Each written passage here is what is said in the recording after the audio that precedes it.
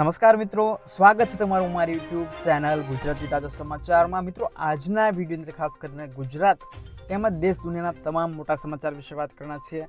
એટલા માટે ચેનલ ઉપર નવા હોય તો ચેનલ સબસ્ક્રાઇબ કરી લેજો અને બાજુમાં આપેલા બેલ આઇકનને જરૂરથી પ્રેસ કરજો। તો ચાલો મિત્રો, આજનો વિડીયો શરૂ કરીએ। આજના સૌપ્રથમ સમાચાર વિશે વાત કરવામાં આવે તો રાજ્યમાં 29 અને 30 તારીખના રોજ રાજ્યના અનેક વિસ્તારોમાં ભારે વરસાદની આગાહી કરવામાં આવે છે। રાજ્યમાં હવામાન વિભાગ દ્વારા આવનારા 36 કલાકમાં મેઘતાંડવ થશે તેવી આગાહી કરવામાં આવે છે। તે ઉપરાંત છેલ્લા 24 કલાક દરમિયાન ગુજરાતના 237 તાલુકાઓમાં સાર્વત્રિક વરસાદ નોંધાયો છે। રાજ્યની અંદર વરસાદની વાત કરવામાં આવે તો ગુજરાતમાં સામાન્ય કરતાં 40% વધુ વરસાદ નોંધાયો છે। સૌરાષ્ટ્રમાં 1 જૂનથી 29 ઓગસ્ટ સુધીમાં 67% વરસાદ ખાબક્યો છે, જ્યારે આગામી દિવસોની અંદર માછીમારોને દરિયો ન ખેડવા પણ સૂચના આપવામાં આવી છે। હવામાન શાસ્ત્રી પરેશ ગોસ્વામીની આગાહી મુજબ વાત કરવામાં તો આગામી 36 કલાક વધારે ડેન્જર છે, જેમાં અમદાવાદ, આણંદ, નડિયાદ, સુરેન્દ્રનગર, મોરબી, ભાવનગર, બોટાદ, રાજકોટ, જૂનાગઢ, ગીર સોમનાથ, પોરબંદર, દ્વારકા, જામનગર અને કચ્છના દરિયાકાંઠા વિસ્તારોમાં આગામી 36 કલાક માટે ભારે છે। જ્યારે આ તમામ જિલ્લાઓની અંદર હવે વરસાદ આવશે તે વર્ષોના રેકોર્ડ તોડી નાખે તેવો વરસાદ આવી શકે છે। ત્યાર પછીના સમાચાર વિશે વાત કરીએ તો વડોદરામાં 50% દુકાનો પૂરથી પ્રભાવિત થઈ છે, જેમાં 90% વેપારીઓ પાસે વીમો નથી। તહેવાર ટાણે કરોડોનું નુકસાન થયું છે। ખાસ કરીને પ્રોવિઝન સ્ટોર, બૂટ, ચંપલ, ફરસાણ તેમજ મીઠાઈની દુકાનો, અનાજ કરિયાણાની દુકાનો, ફર્નિચર વેચનારાઓ અને ઇલેક્ટ્રિક શોરૂમવાળાને તો વસ્તુઓ ફેંકી દેવી પડે તેવી હાલતમાં છે। હવે પછીના સમાચાર વિશે વાત કરવામાં આવે તો મુસળધાર વરસાદની વચ્ચે ફળોના ભાવ થયા છે મોંઘા। જાણીએ આજના બજાર ભાવ। આજે યાર્ડમાં મોસંબીના બજાર ભાવની વાત કરીએ તો 400 થી 600 રૂપિયા, દાડમ 400 થી 1000, સફરજન 1600 થી 3600 રૂપિયા, ચીકુ 500 થી 700, કેળા 500 થી 700 રૂપિયા, કમલમ 1600 થી 2200 અને ગુલાબ 800 થી 1400 રૂપિયા છે। ત્યાર પછીના સમાચાર વિશે વાત કરવામાં તો રેલવેમાં બમ્પર ભરતી આવે છે। રેલવે દ્વારા જેઈની 7951 જગ્યાઓ પર ભરતી કરવાની છેલ્લી તક આપી છે। રેલવેમાં જેઈની ભરતી માટે ખાસ કરીને 29 ઓગસ્ટના રોજ છેલ્લી તારીખ હતી, જેમાં વયમર્યાદાની વાત કરીએ તો 18 થી 35 વર્ષ છે, જ્યારે લાયકાતની વાત કરીએ તો બીઈ, બીટેચ અને બીએસસીના ઉમેદવારો ફોર્મ ભરી શકે છે। ત્યાર પછીના સમાચાર વિશે વાત કરવામાં આવે તો મોરબીના હળવદની અંદર મોટી દુર્ઘટના બની છે। ટ્રેક્ટર તણાતા 17 લોકો તણાયા છે, જ્યારે 9 લોકોને બચાવી લેવામાં આવે છે। 8 લોકો હજુ પણ લાપતા છે, જ્યારે 7 વ્યક્તિઓના મૃતદેહ મળી આવે છે। 1 વ્યક્તિની શોધખોળ હજુ પણ ચાલુ છે, જ્યારે સરકાર દ્વારા તમામ મૃતકોને સરકાર તરફથી 4 લાખ રૂપિયાની સહાય આપવાની જાહેરાત કરવામાં આવી છે।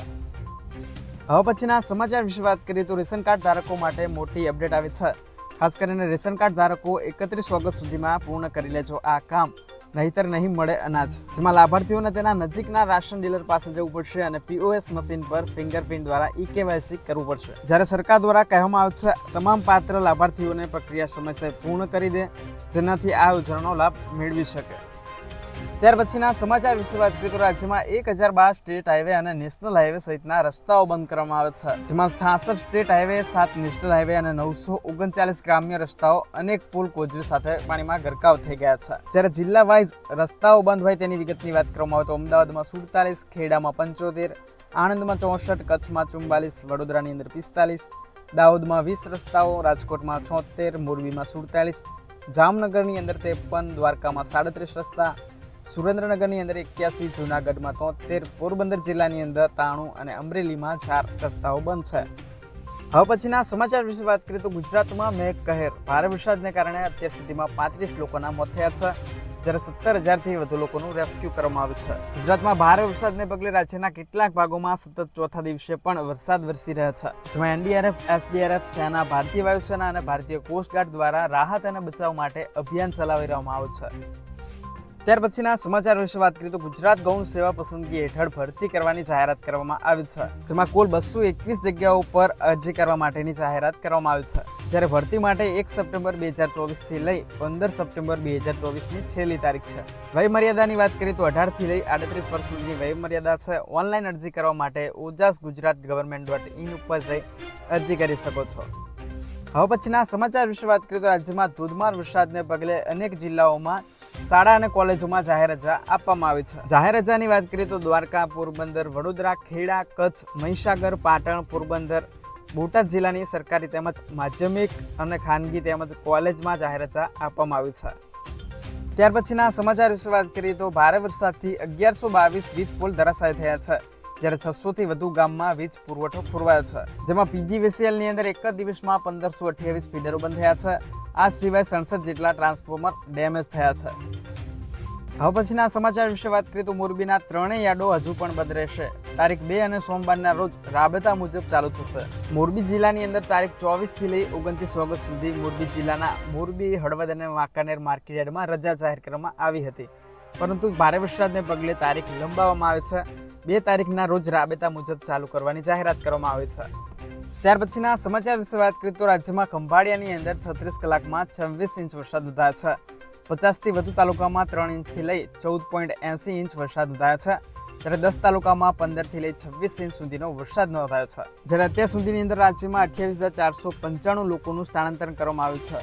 1856 લોકોનું રેસ્ક્યુ દ્વારા બચાવ કરવામાં આવ્યો છે. જેમાં રાજ્યમાં સૌથી વધુ વરસાદની વાત કરીએ તો ખંભાળિયામાં 26 ઇંચ વરસાદ, ભાણવડમાં 18.12 ઇંચ વરસાદ, કલ્યાણપુરમાં 17.44 ઇંચ વરસાદ, દ્વારકામાં 17.24, જામનગરની અંદર 18.24 વરસાદ, જામજોધપુરમાં 18.12 ઇંચ વરસાદ, જ્યારે પોરબંદરમાં 17.24 ઇંચ વરસાદ નોંધાયો છે.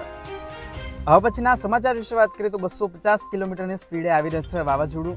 8 લાખ લોકો બેઘર થશે. તમામ સેવાઓ બંધ થવાની શક્યતાઓ છે.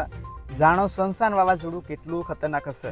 જાપાનની અંદર ભારે વાવાઝોડાના કારણે 219 ડોમેસ્ટિક અને ઇન્ટરનેશનલ ફ્લાઇટ કેન્સલ કરવામાં આવી છે, જ્યારે અનેક મોટી કંપનીઓ દ્વારા 14 પ્લાન્ટ બંધ કરવામાં આવે છે. વાવાઝોડાની વાત કરવામાં આવે તો યાકુશીમા ટાપુથી લગભગ 70 કિલોમીટર દૂર છે, જ્યારે વાવાઝોડાની સ્પીડ 250 કિલોમીટર પ્રતિ કલાકથી આગળ વધી રહ્યો છે. ત્યાર પછીના સમાચાર વિશે વાત કરીએ તો 234 નવા શહેરોમાં ખાનગી FM રેડિયો સ્ટેશન શરૂ કરવાની મંજૂરી આપવામાં આવી છે. ગુજરાતમાં 8 શહેરોમાં શરૂ થશે રેડિયો FM સ્ટેશન, જેમાં 234 નવા શહેરોની અંદર 730 ચેનલો માટે મંજૂરી આપવામાં આવી છે.